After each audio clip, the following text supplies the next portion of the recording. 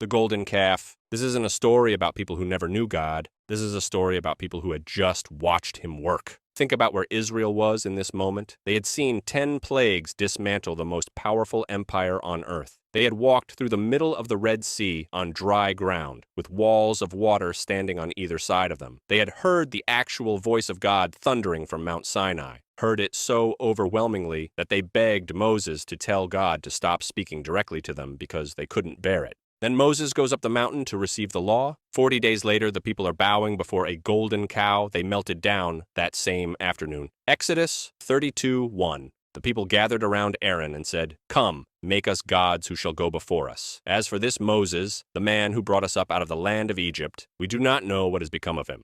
40 days. That's all it took for the miracle to feel old. The image they chose wasn't random. Egypt had bull gods, Apis, associated with strength and fertility. Israel had lived surrounded by that imagery for over 400 years. So, when fear and impatience took hold, they didn't invent something. They reached for something familiar, something visible, something they could control. Then Aaron, the high priest, the man standing between the people and God, said the words recorded in Exodus 32:4 that should stop every one of us. "These are your gods, O Israel, who brought you up out of the land of Egypt." About a statue they made that morning. God's response is immediate. He tells Moses in verse 10, "Let me alone that my wrath may burn hot against them, and I may consume them."